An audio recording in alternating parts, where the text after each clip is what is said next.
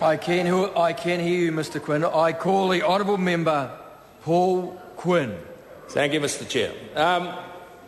Can I start by saying that I thought that the Minister gave an excellent retort to the first speaker from the Labor benches and debunked everything he said.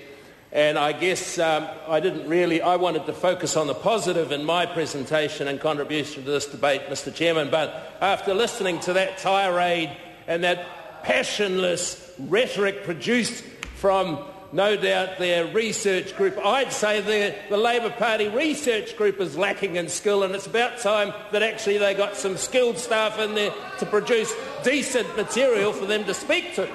So, And can I remind the previous speaker that the responsibility of government, in fact, is to make sure that government gets value for money, and that is why, in fact, the Tertiary Education Commission has had to recover $4.3 million from 18 ITOs who, in fact, have been claiming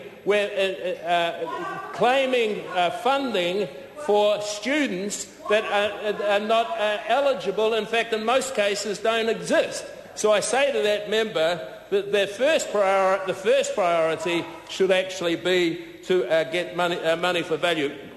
Mr Chairman, I wanted to speak positively about this because this is a very serious subject.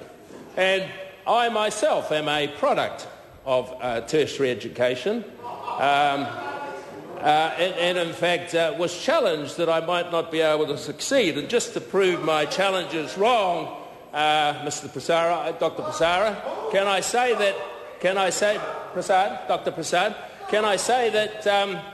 when I was challenged, I decided to get 1A, and I ended up getting 1A in the most hardest of subjects, which was econometrics. For those that don't know what econometrics is, it's mathematical economics. A couple of B's in economics, and then I just wanted to prove that I could get passing down to an art form by getting the rest in C. So education and tertiary education is a very critical matter that this government takes very seriously, and that is why we have a Minister of Stephen Joyce's capabilities overseeing to make sure that this country gets value for money in terms of the limited resources that are available. And in fact, because of that, we are giving significant increases and a huge increase in, for instance, students at university, as the Minister explained. I want to talk also as to why tertiary education, I think, is critical. And as the one thing that I could agree with Mr David Shearer in his contribution to the debate was when he said it's an extraordinarily important area as it contributes to the economic growth and it enables, in fact, the country to move forward as the requirements change within the economic environment, and we provide people that can actually bring the skills to bear in those areas that are required. And one of the things that I found fascinating in terms of this matter, and actually having people that can qualify to actually provide the economic and lead the growth and lead the economic growth that this country so sadly needs and that this government is addressing, is the fact that, as I think a previous minister alluded to, the Labor Party Congress that they had a couple of weeks ago had Dr. Sir Paul Callaghan address their conference.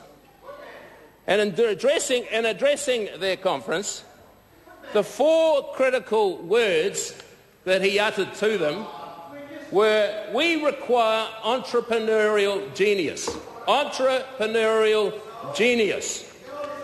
And this was, of course, in response to a government, Mr. Chairman, a government that had sort of gone through the knowledge wave, economic transformation, growth and innovation, and all these catch cries and cliches, but never produced a thing. And so what Paul Callaghan says is that they must have entrepreneurial genius. And the Time magazine refers to these people. Thank you, Mr. Chair. The question... Order. The question is that the report of the Education and Science Committee on the 2009-2010 financial review of the Tertiary Education Commission be noted.